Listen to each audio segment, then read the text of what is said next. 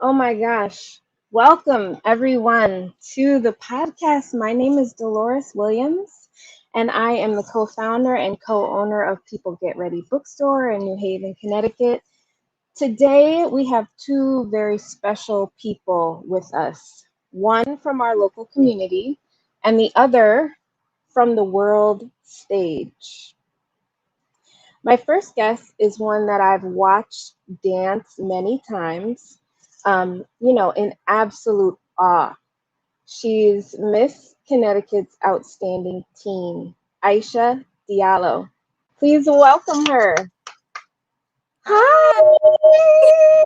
I wish I could squeeze your I know. hands and hug you right now. I'm like hugging my chair. How are you? I'm good. I'm good. Tell the audience where you're from, where you live in Connecticut, and where your people are from. Yeah, so I am from West Haven, Connecticut. I go to West Haven High School, and my parents are from Guinea and Senegal in West Africa. So they're immigrants, and they immigrated here back in the 90s. Wow. Yeah. Wow. How's that been like for you growing up with parents who came here in the 90s? That it was I guess you could say your typical immigrant family experience, very strict education, having responsibilities, independence was very big and emphasized in my household. So Mm. I can definitely say I learned a lot of independence from my parents. Well, it's definitely paid off for you, I might say. So 1000%. how long have you been dancing? I have been dancing for about 8 years now. Yeah. I started out wanting to do gymnastics, but I ended up in a dance studio doing acro. And so from there, it was like the natural progression of just seeing everyone around me dance. So And is that Hampton Academy of Dance and Music where I met you? I started actually at Gloria Jean's, but then from through a teacher, I was actually introduced into Haddam because the studio I was at wasn't as diverse as maybe I probably wanted. And so, Haddam is an all black school owned by a black woman, black man as well. Mm-hmm. And through there, I was able to be in a more diverse environment. Sounds great. Yeah. Now that you've won a title under the Miss America pageant, can you tell the community, for folks who don't know what it is that you've won, Yeah. what So, it is, and what's been the best part of it for you? oh yeah. The Miss America organization is a scholarship organization. They hold competitions, obviously, and each state has their own titles. There is the Miss category, which is Miss Connecticut, and then there's the Teen category, which is Miss Connecticut's Outstanding Teen. And through that competition, you compete in 4 phases. There's the interview portion, the talent portion, there is a fitness portion, and then finally evening gowns slash onstage question.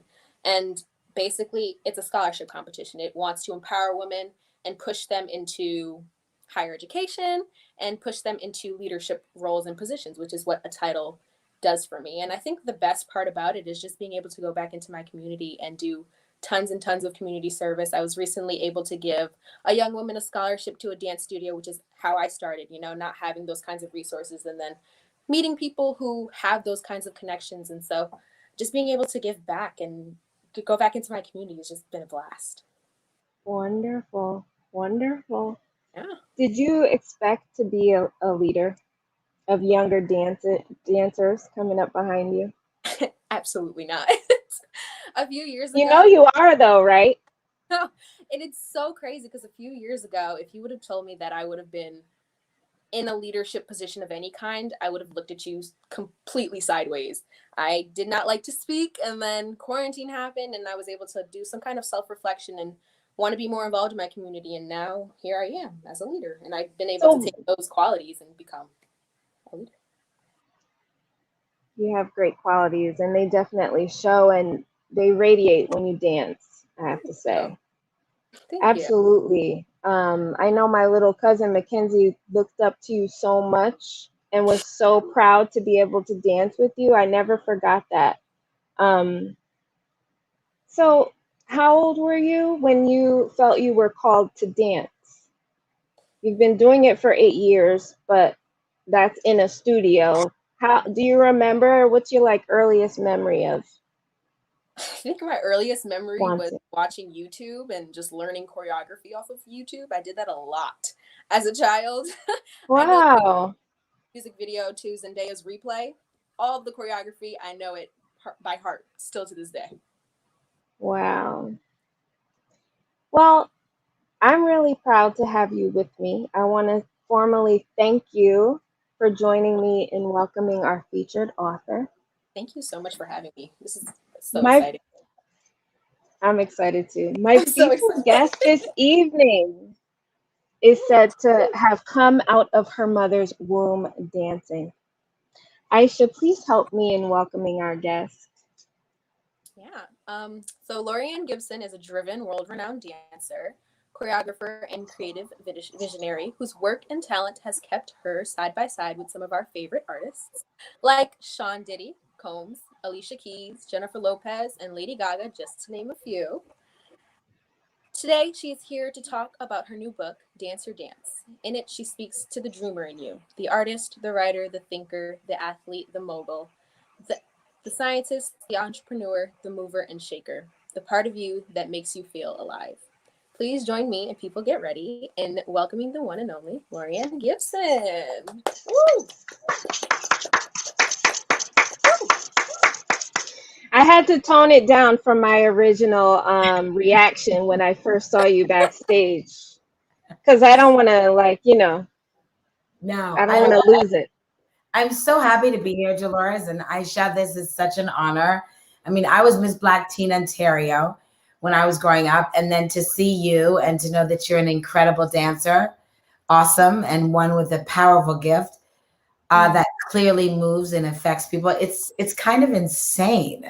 And so, Delores, thank you for this point of contact Oh and my goodness. information about dancing your dance and no one else's. So I'm so happy to be here. Yeah. And anyone out there at the sound of our voice, welcome to a really awesome moment. And I hope that you get inspired and reminded of your greatness. Thank you so much. This is Thank honestly you. just experience of a lifetime. This is insane. Laurieann, how would you describe a calling? A calling, something that Yeah. a calling is very serious. It's an unanswered passion. It's an undescribable pull. It's something that allows you to feel complete and full, and that nothing outside of that feeling can ever determine your happiness or your fulfillment or the very being and the very existence of what it is that makes you you and how you are absolutely, completely, unapologetically being you in what you do. It's the reason for your season. It is the reason for your existence. And it's something that desperately seeks you so that you can ultimately find you. So you say that you were raised in a family that allowed you to be who you were.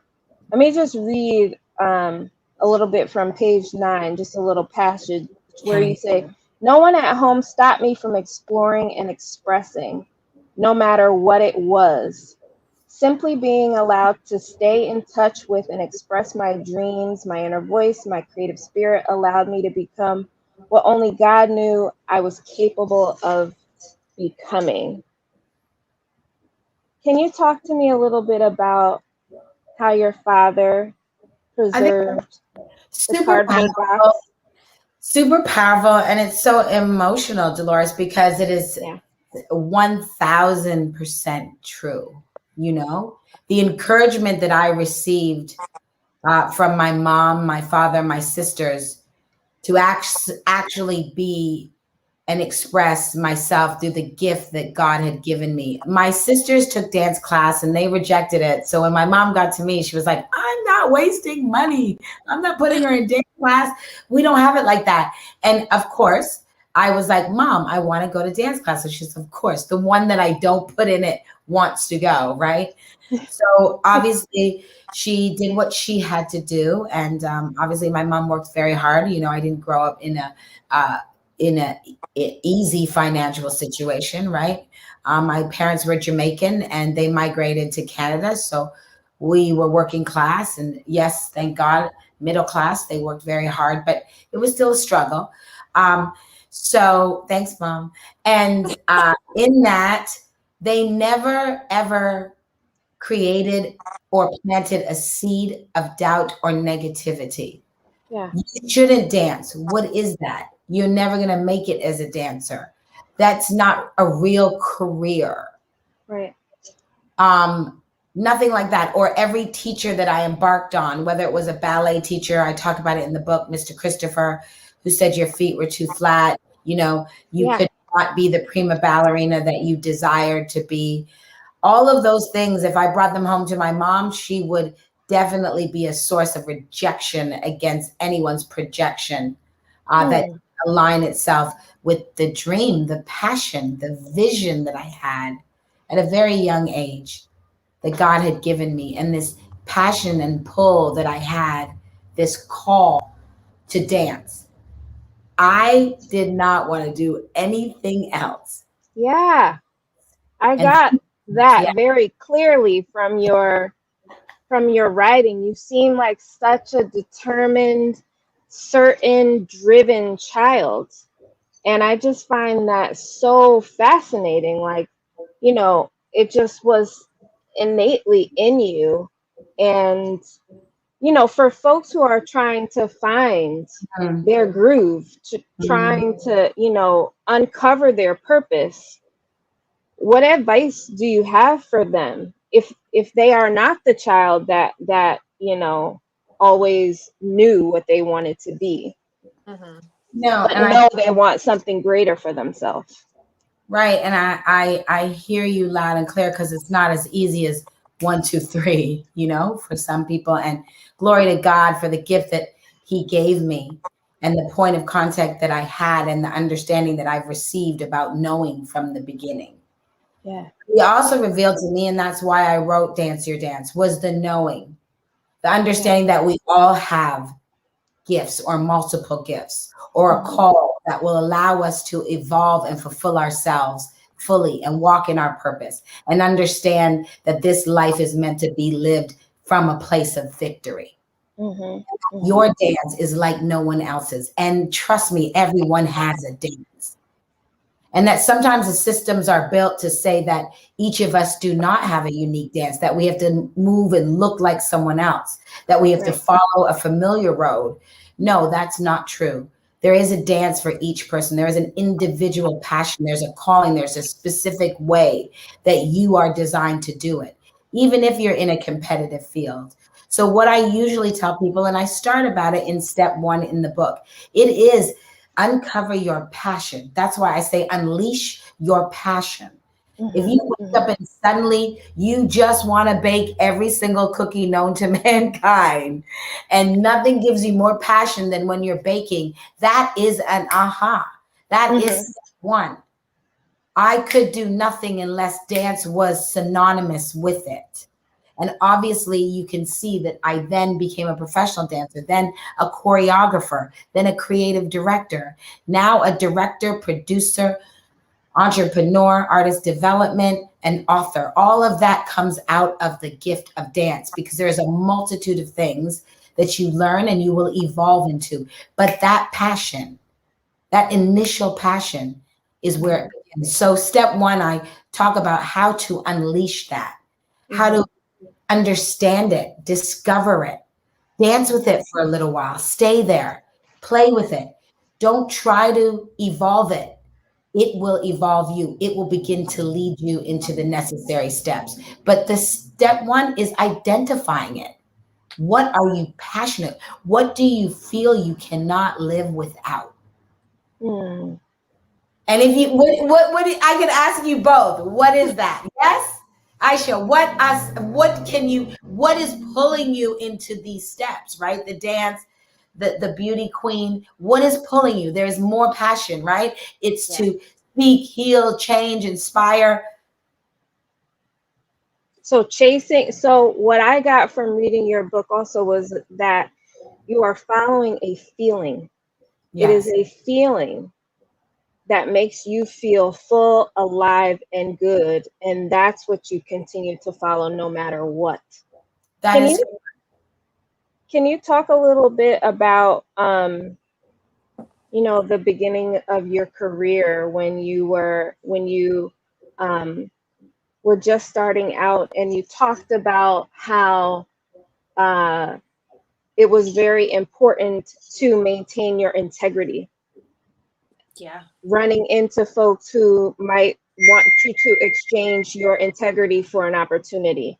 Can you talk about that a little bit? Very, very severe, very, very, relative.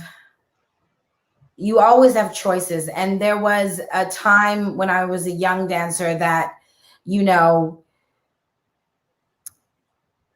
I could gain access to the industry, access to a job, access to the idea of success by choosing to put myself in a position that I was uncomfortable with. And there's no judgment to anyone else, but her, was uncomfortable in certain physical situations that were a little uncomfortable based on sexuality or an oppressive energy, right? I was uncomfortable. I didn't feel that it was good for me to sleep with someone for a job or to engage in any outside activity that would help me secure a position. And so early, that level of uncomfortability did not align with the feeling of my passion, of my dream. Meaning I always remember asking myself, I want to walk in the room and have this, I use the word respect, but it was a feeling. And it was, God in me, purpose in me, protecting my character, protecting what I would do. And so I trusted that this situation or these circumstances never lined up with the feeling of my dream. I didn't carry this fear when I thought of my dream. I didn't carry this place where I would be dominating sexually. Like this energy didn't align itself with the feeling of my dream. So I would reject it instinctually. And how do you give like a respectful no? How do you hold a boundary? What would your advice be for young people like Aicha coming up? How do you say no without I guess completely rejecting the opportunity or hurting a relationship or a friendship of a friendship? What's a good way for somebody who wants to maintain their boundaries to do that? I mean, there's really only one way, honestly, no, but I understand that politics does play a role. Yeah. In the entertainment business and in other businesses and corporate business, the politics of how you move. Right. But those politics must align with your spirit, with what ultimately can feel like your dream, how you want to feel as you imagine or understand that dream to be. And if the situation takes you out of that, then you can only be concerned about what is right for you. You've got to establish that early and choose that early. So I also talk about staying in your yes in the book. And that's how you say no, by staying in your yes and leading from there. So if I'm in my yes, I won't have to disrespect anyone or make them feel uncomfortable. I will just constantly be staying in my yes, which means your no. And I'm going to say, for me, I think maybe another job would best fit me, but maybe if there's another opportunity at this point, I'm uncomfortable. I'm staying in my yes. There's always a good way to say it. They're just like, Aicha, I'm sure you know, as a beauty queen, we're taught how to answer the questions, you know? I think integrity and education is important. I think, you know, role models that can show how to respond in a gracious way, you know, not in a derogative way, not putting anyone down, just in a gracious way that works for you. Always with no judgment, but stay in your yes. And the one thing you have to understand very early is to find the confidence in you staying in your yes. Not worry about how that affects someone else trying to get you to stay in their yes. I really like Aicha, did you want to go and ask some questions? Yeah. I really like what you said about rejecting your projection. And I think that was so important for you to say, because it encompasses everything, you know. It's not allowing other people to interfere with what you want to do and who you want to be. And so I think my biggest question would have to be just like you said, staying in your yes and not saying no, but how would you go about that, you know, going about not allowing other people to talk into your ear and tell you how to be what you want to be? What do you think your biggest piece of advice for that is? My biggest piece of advice is that narrow, you know, is the road. And, you know, I am a very faithful child. You know, I give all glory and honor to God. I'm a believer, and I stand on the word of God. I stand on the testimony that my life is, right? So it is not easy, because there is a lot of stimulation around us, especially your generation in Instagram. Look like this, say this, be this, align yourself with this, and then you'll look like you're making it. Align yourself with this crew, and that's what you have to do to make it. You know, do this even if you're uncomfortable, because everyone else is doing it, and that's where it is right now.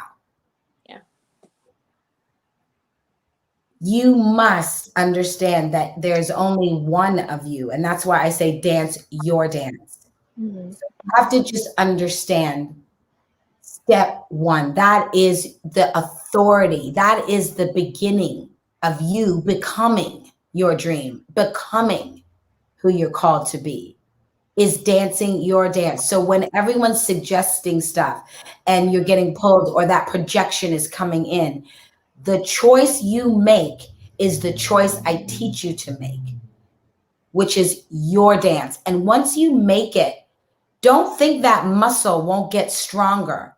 And don't think the evidence of who you are won't become more powerful. Because the very second you reject that, you become who you're called to be. And that light shines way brighter than you choosing something else. So very quickly, you will understand the fulfillment of it, of staying in your yes. It's not like you're going to stay in your yes and then nothing happens to you. You're going to stay in your yes, and you're going to feel the power of that, because you're evolving and becoming. And there won't be a need to even question what you just danced by, or what you just made the decision to believe, because now you have become, and you no longer need that approval, or you no longer need that reflection. And it's not easy. There are many nights when I had to curl up in a ball, you know, even working when I left Lady Gaga at the height of her career, from scratch to 55 million albums. And I did all the creativity, and I was getting slammed and manipulated by, you know, a bunch of things. You know, no one wants to leave at the height of something. Right. And you hear all these people, oh, it's going to ruin your career. You're never going to make it. Oh my God, you left her. That's all. I would be curled up like, no, this is not my truth. This is not my dance. Stay in my yes. Stay in my yes.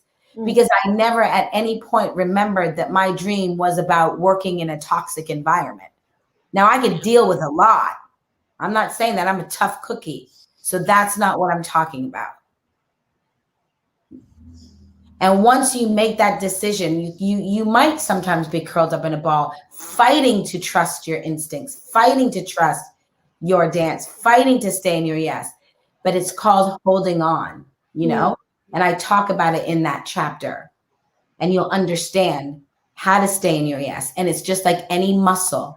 When you work out, when you sing, when we learn to dance, you know, you develop, it gets stronger, it gets higher. It's the same thing with that muscle of becoming, of being. It gets stronger, it gets easier. You can now detect it and you trust it. I love that. Can you talk to us about what it was like to find your tribe, how that happened? You know, the process of, or what it felt like when you knew that this person was kind of like a soul mate. Finding your team is, I think it makes or break an artist and a visionary, and anywhere you land in corporate America and company, you need to find people that not only share your vision, but understand the core of it, the why. And when you find that, you find a person that's really aligned to the why. And that's where I choose them from. Not just how it looks, it's glamorous, oh yay, hoo-hoo, but the why I'm doing this, the why I'm building this. What's at the core is the why. And if they are why they want to inspire the world, they want to change the world, they want to, stop oppression, they want to empower each individual dancing their dance. They want to be a source of inspiration. I will have a fight to shift a narrative that doesn't belong to young Black women and women globally. Then their why lines up with your why. And now it's just about doing the work, not convincing somebody about the passion you need through the process. Does your tribe, does a person being in your tribe include the fact that they've helped to pull you up along the way, that they are continuing to support you along the way and you're supporting each other, and it's like a deep friendship that you can trust and rely on? Yes, 1,000%, Delores. And it's different for each person. You know, sometimes you find your tribe members early. For me, I found them later.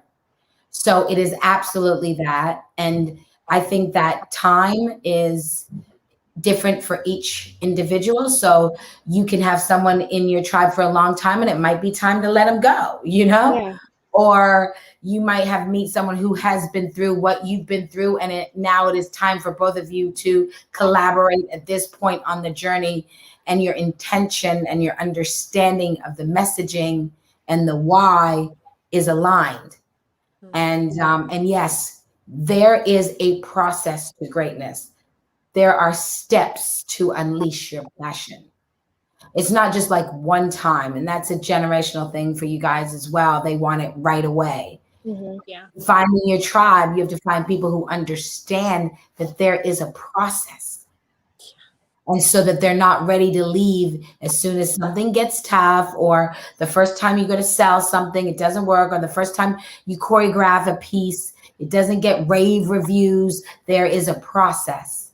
There are steps to unleashing your passion and living your dream, because there are things that need to be unleashed for you to understand and have what you need to live that dream. I talk about sustaining it. To sustain.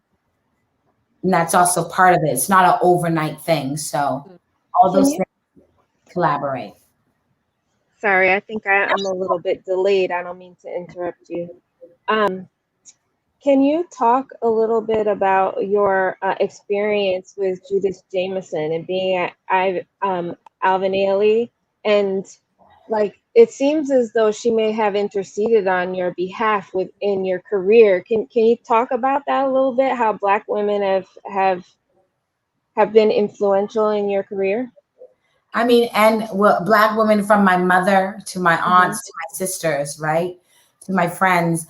I was at Ailey and I was from Toronto. So at this particular point, I was getting called to the foreign officer's office Sarah Swanson at the time, and probably Judith Jefferson doesn't even remember. It's amazing. I have to ask her. But she was like the most perfect, like a statue to me when I first saw, I mean, to see her dance and then to see her in person, I was blown away. And I was always in awe of her. So the fact that I was like one-on-one and I was on my way to the foreign officer's office and I did not have the paperwork I needed to stay in school. Stopped me and she was like, go back to class. There's some issues with Sarah and we'll get to you later. And I was just like, of course this goddess, this statue would save me from getting kicked out. But again, you know, I think the lesson there is I never even allowed documents to stop me. Yeah. And I was actually in that school and I knew and I trusted that if God gave me the gift and the vision that I knew that I was here to dance and literally nothing was going to stop me from this feeling. Yeah. And that I was afraid of hard work because I was waitressing at a diner from 11 at night to 9 in the morning. It wasn't that I was never late to a class. I was full out in each class. So I was doing the work and I had to trust my dream above anything else. And it bought me some more time and I got what I needed and it all worked out. But in that moment, the lesson was I still chose my dream over what it looked like. You know, I became very interested in the part too about you working in a Patti LaBelle production. Can you talk about your work in Sing in the movie? It was amazing because obviously it was the first time I saw Patti LaBelle and have met her quite a few times and kikied and worked with her after that. But it was my first movie experience. And the one thing I remember was that they wanted actors that dance. I loved the acting aspect of it, which is when I realized I also had a very dramatic gift, darling.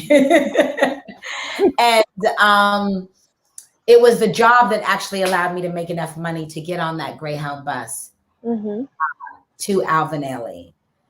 So again, you know, dancing your truth, and I talk about that in the book, and that's step 5. It's just my truth was Ailey at that time. I was not going to not go to the best possible training and the option that I had. And so that movie Sing came along and I auditioned and I was prepared and it paid me quite a bit, I think like $13,000. And I was able to utilize that money and get to New York. So I'm singing, honey. But it's not like an overnight thing. Like I think a lot of Gen Z and Aicha, I should ask you how your generation deals with it, because I feel like a lot of great dancers and a lot of great young artists give up if it doesn't happen right away. 100%. Yeah. I think that's the biggest problem we have with our generation is that everything needs to be so right here, right now needs to happen. And it's hard to find individuals who are willing to go through that process, like you said, who are willing to put in that kind of work and just, you know, be so believe so truly in what they want to do, what their passion is. You know, this is why this is so refreshing to me, is like hearing someone actually working so very hardly and believing so heavily that their passion is going to be what they decide to do in their life and that their calling is what they're going to do. So I think it's very like right here, right now. And then there's so few people who actually want to put in that kind of work and stick with it. And do you think that as a result of that, there's more younger people, that's why they are maybe perhaps a little more depressed or searching for some type of, you know, emotional joy, or, you know, they're detached from self-confidence? 1000%. I think we try so hard to find temporary fixes to big problems. And I think that that can be very detrimental to mental health. It can be detrimental to your actual health, and definitely being able to ride out the wave and not find those temporary fixes, because it definitely does contribute to those bigger problems. That's right. And I think that's one of the other reasons why I was so passionate about the book coming at this time out of COVID, was because, you know, creative minds, they function differently and they need to be fed differently. And one of the big narratives are, don't try to see yourself obviously in something that's somebody else or something that's already being done. Dance your dance, but there is process and there are steps, and each step empowers the ultimate version of yourself. And so there is a reflection in this book where a young dreamer can find themselves at step 1 and feel empowered and feel okay. At step 3 and feel like they're on their way. The dance is getting a little easier. They're finding their groove. Oh, it doesn't matter what he or she is doing. When Boom-Cack says, get to step 4, I get stronger, I get clearer, I can fight these monsters of negativity, these monsters of, you can't do this, you can't be this, look like this, make your body like this, shave your butt like this, you know, and all those things are great if it's your choice for the right reasons. Yeah. So I think that I wrote that book so at each step they can find themselves and empower themselves in the process, and find someone who is unafraid to dance through the rain, dance in the pain, dance through the pressure, and curl up in a ball when I wasn't supposed to, but fight as soon as I got out of that ball, and dance again and fall on my face and contract and jump up and dance again, and get hit by so many people trying to oppress that was what is within me, that I had to continually get up and dance, you know? So I wrote it for them because I'm very passionate about young, gifted visionaries, and not only young, but visionaries, period. Because I also believe that everyone's time is different. Again, everyone's dance is different. So it's about really understanding that the process is okay. There's greatness in the process. I also have another question for you regarding like the younger generations when it comes to the arts. How do you think younger generations are maybe at an advantage or disadvantage because of social media? How is your early career, do you think, is different from maybe what my early career is, being on Instagram and YouTube and all the above? Well, I can tell you, if I had Instagram or YouTube or during the Monster Ball or the building of the Pink Print or Bad Boy Records, or, oh my God, it would be crazy. Yeah. But I think the beautiful thing is that there is so much fearlessness in this generation's approach to what they want to do. Yeah. And I think that is so admirable and amazing. And it's like, I never saw that. I was like an anomaly. I was a one of one, people were not. But now this generation is like, oh my God, they're my tribe. Yes, Dream Warriors. You can do anything. Yes. They're my tribe. But there's a process to produce your greatness, not what's happening to the right or left of you, or the last tweet, or the last post, or the new filter. Those are things that you utilize, but those are not things that you should try to sustain yourself by. The sustainability is not good. It's too, like you say, here today, gone tomorrow. That's not what I want for young artists. The sustainability is important. Yeah. Because it produces greatness. Can you talk about navigating romantic relationships while you're trying to like focus on a career? Girl, I'm still navigating. You seem to do that really well. I don't know if I do it well. I definitely stay in my yes, meaning I'm a runner. I'm a runner, not a track star. I'm a runner. If anyone starts to look like they're trying to control me or take me away from my dream or tell me what to do, and not focused on that 8 count, I ran for my life. That's what I can tell you. Any relationship that tried to make me choose, it was curtains. Yeah. As it should be. I love that about you. I loved reading that. I was just like, that was a very empowering part of the book, that you were just, there was no such thing as a compromise for what somebody else wanted over you. That's right. Even if it fell for it for like a year or 2 or 6 months or something, and then I'd be like, this is not my dance. I love that about how unapologetic you are. Unapologetic, baby. And it comes. I definitely am unapologetic, because at the end of the day, I think that everyone should empower each other by dancing their dance. And now, obviously, there are, the right relationship mirrors that energy. That person, I want to be the very best of them. I don't, you shouldn't want to oppress your partner and say, look, you've got to be this for me, and I've got to be this for you. If you're not that, then don't get down with that part, then don't marry that person. It is truly a thing, unequally yoked on many levels. So dance obviously is the way that you is your passion. So it's I guess it wouldn't be like hard work for you, but it is hard on the body. So what's self-care look like for Laurieann? I mean, the dance business is hard because there are politics, there are requirements. So, it is what you love, but there are definitely steps and an understanding of how to protect that love and protect that passion while being in this business. And that's another, story for another day. But I definitely dance every day. And I choreograph every day, like, thank God, right?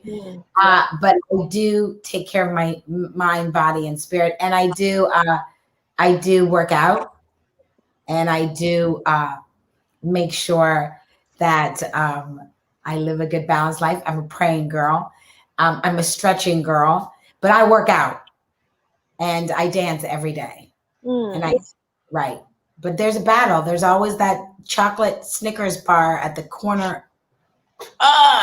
So I do love sweets. So I'm not gonna get on here and act like it's not a fight, y'all. But it's a healthy fight, because I understand that there's like some things that I can't have because I don't want to feel a certain way. Yeah. But I don't deny myself in an unhealthy way. I also embrace the way I look. My shoulders are broad. My thighs are thick. I'm strong. I'm a strong Black girl. I might be too much for some people who might want a dainty girl, but my strength is my power, and I wear it. And so I don't apologize for having strong arms and big shoulders and a broad back. And so I embrace my body because it carries my power. And that is why I fight to allow myself to enjoy the balance of things. And your body tells you what to reject. Yeah. And that's the other thing about a dancer is we are very constantly in conversation with our body. So it will tell you when you're doing enough of something you shouldn't be doing. But I love burgers. But you what? I love burgers and fried chicken and chocolate cake, and I'm Jamaican. So yeah. Okay. And so your mother is in Jamaica now, and you guys are going to be opening up a shop. Is that right? Yes, my mother's in Jamaica now, and my nephew's getting married in December in Jamaica, so we're all excited. And yes, nice. We will what part of Jamaica are you all from? Kingston. My mom lives in Kingston, but I think she's from multiple places. We have the country versus the city. It's like a whole zhuzh. But Kingston, she's in Kingston. Wonderful. That's going to be a really nice project to work on with your mother. Very cathartic. Yeah, 1000%. I do have a question for you, actually. Yeah. How close would you say are you to Jamaica and like that kind of side of you? How close are you with that? I'm very close. I grew up with both of my parents my father is passed, we're Jamaican, and I was born in Canada. So the culture is my life. It's in me. I'm definitely Jamaican. I go every year. Oh, nice. I wave the flag. I'm there. Nice. Jamaican Canadian. Yeah. I'm trying to bring my children back there because they're both Jamaican. My husband's family is from Jamaica. They're from Comfort Hall. Oh, Yeah, I have some family from Kingston also. nice. I should have guessed Delores. Delores. Well, not that's my. It's Williams is the Jamaican part. Yes, Williams. Williams. Yes. But I think there's something really special about both of you and your energy and your Caribbean, backgrounds. And I think there is something really special about the drive of children who are born of immigrants who come here to make, to make life great, to realize dreams is definitely in you, and you can feel that in your story. Your story is so much bigger than I imagined you to be, and I don't, not to make that come out the wrong way, but when I first encountered you and your energy, it was on Making the Band, and I was like, I loved everything about you, your voice, the way that you handled the kids that you were guiding. I mean, I used to watch that show faithfully. And so like it's just such a dream come true to hear from you and to read your actual story and to learn how spiritual you are, and just there's so much depth to who you are. I'm so glad that you chose to share it, because those shows that I've seen you on are really small snapshots of who you are, Yeah. Thank you for that. They are very small. Yes. Thank you for that, Doris. I'm so glad we met then, even though I was just a young visionary, but the mandate was make a #1 band. And that is what I did right now. Some of the editing, but it's amazing because we were going to reboot that and it got shut down for COVID, which was really, but I'm excited. I just closed a deal to do another show with an amazing female girl group that I'm putting together. So it'd be amazing. So I'm gonna head back to the television. Good. Evolved version of myself. But I'm looking forward to that as a source of inspiration for obviously young musicians and singers and the process. Again. Yeah. I like seeing you on television and reading, your words. Yeah. I'm glad that you're going to be doing more work, because we need you. We need good content on television that shows our young people, how to have motivation and to maintain it. It's true. So I think you're perfect for that, and I'm really glad. I'll be watching. Oh, yeah. My daughter watches you on Dance Moms. Yeah. Oh my goodness. Yes. I'm so excited. And I'm actually doing another show with the producers of Dance Moms as well. So that's great. We'll be back in that swirl as well. Oh, awesome. Younger Warriors. Yeah. With Jeff Collins. We just partnered and we're doing a new show together. Oh, nice. Yes. I can't wait. All you heard of you was in Honey 2, and that I Can Be a Freak scene, and you go, and I knew all the choreography to that, and I would always do the with you. And then I saw you on Dance Moms, and your personality's always been like bigger than life, and that's how I've always kind of known you. So like reading this book was definitely a good way to get into your mind and like your spirit. So I think having that kind of contrast of like bigger than life and then being so very spiritual and very in your head, I guess you could say, is this very interesting contrast, and I really enjoyed that about you. Yeah, because I think the thing that is misunderstood at times, but that you can utilize again in your dance, is that those shows are literally snapshots. I shall like clink, and they take like 4 weeks to shoot, like clink, Mm. and then sometimes because they don't like to celebrate the process. I think, especially sometimes with Black women, they just want to overlook our true power, Mm. what we've built and how we've built it, from working with Missy Elliott, putting the Jonas Brothers together, Demi Lovato, obviously Nicki Minaj, Katy Perry, the list literally goes on, Mm. right? But there is very few platforms and very few points of contact where the industry will support creative minds and powerful women like myself. So that is where we are. That is the crossroads. That is the climate that we're changing. And so even this, and you understanding that I am more than dance moms or a big personality. I have a big personality because big personalities produce #1 pop stars. Absolutely. But they don't know how to educate you with the effects of that. So we're minimized, yeah. But again, that's why I dance my dance unapologetically, because as long as I don't stop, then that will ultimately, that my story will be told. And ultimately my passion is to inspire all of it, not a glimpse of me, but all of me. And I'm excited about that. And I'm excited that it's, just beginning in a really powerful way. And I just want to share that with you because there will be challenges. And when you don't have someone to tell you that a challenge or a door closing is not a bad thing, it hits you and it starts to chip away at you.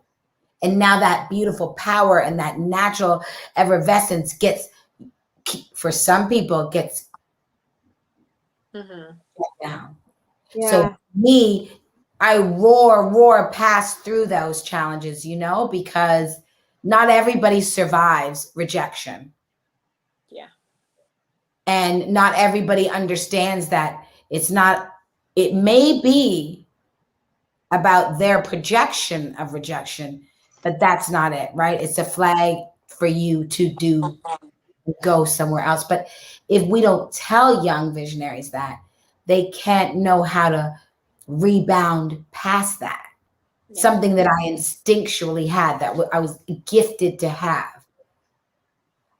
So that's why I'm so glad you made this happen, Delores, because it is that point of contact where you should know the power of my story, is because when you face what you may face, it will not scratch you or move you, but you have an unshakable evidence that you are enough and that what you dream of is more than enough and more to get you through that situation and that circumstance, where it doesn't destroy you, but helps find your greatness. Oh my gosh, the pleasure is all mine. I can't think of a better message for young people. It was very, very important to me, not just to talk to you myself, but our mission at People Get Ready is to stay connected to the community, particularly like, young Black girls like me. I always want to share my space with them. And so that's what really keeps me going, is this sort of work, these sort of deep conversations where we can hear from Black excellence.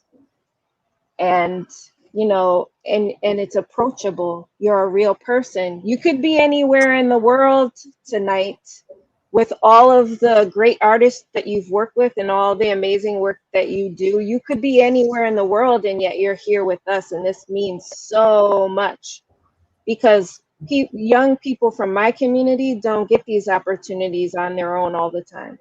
And so that's very important to me. In fact, the scripture that you labeled in your book, 2 Samuel chapter 6 verse 16, about leaping and dancing before the Lord. I almost cried when I came to that part of the book, because I see the number 616 all the time. All the time. And so I was like, oh my God, this was, I meant this. I was seeing the alignment, you know, in my reading. And I just was really feeling it. I'm sorry, there's no question in there for you, but that's like, so we need to have you on television. Woo! Being a voice for, you know, many who don't know that they're not voiceless. You know, you're an amazing role model, Laurieann, and I've been watching you since I was in undergrad. So it wouldn't be fair for the generation behind me not to be able to see you and the great work that you continue to do. So please continue to give it to us. Delores, thank you for that encouragement. Praise God. Woo! And I feel that anointing. I feel that confirmation, that alignment. And I am so grateful because nothing more is more powerful than the hand of God on my life. And you can't really follow anything with that statement. I know. We got this. We have this on our shelves. Folks, come and get it. You know, and we are looking forward to more that you've written. Yes. More that I write and more that I will do. And I'm so, so grateful for you because like you said, there is, you know, what people think are just the outlets that will get you there. But ultimately, it is people like yourself that have that passion that aligned with my purpose and your purpose and Aicha's purpose. And this is power within itself. I mean, you guys are so gorgeous. It's like, I'm so overwhelmed. But again, confirmation is power. So thank you for that, Delores. Absolutely. There were so many beautiful gems in the book. I mean, really, and we barely scratched the surface here tonight. But I think we have to leave something for the imagination. You know, they have to have a reason to buy your book. So there's so much in there. I feel so blessed that your book came across my desk. And, you know, I will continue to sell it. It will be on our shelves. And we will continue to support you in all of your work. And also, I always tell everybody that I talk to or that People Get Ready talks to is that you're in our soul family now. So we don't do talks or any work that's just transactional. We are all about building relationships and continuing to keep, you know, relationships alive and living and breathing. So we are deep supporters of Laurieann Gibson and all the work that you do. So keep in touch with us. I will. Thank you. I want to say a personal thank you just because you're so perfect. I love it. She's gorgeous. Pumpkin, you're amazing. Now you be better and bigger and dance. You better run after me. I need you to freaking leap bounds over these children. I sure will. And I'll continue to lead in the ways that you have written in this book. It's absolutely inspiring. And I can't wait to just, I'm so excited. Thank you so much for having me here. And Delores, thank you so much for putting me into contact with Laurieann Gibson. This is literally a dream come true. I have no other words besides that. Well, Laurieann, you know, keep in touch with us and let us know how we can support you going forward, okay? Yes, definitely. Thank you. I love you, Delores. And Aicha, just hit me in the DMs. Keep in touch. Love you guys. Bye. Love you too.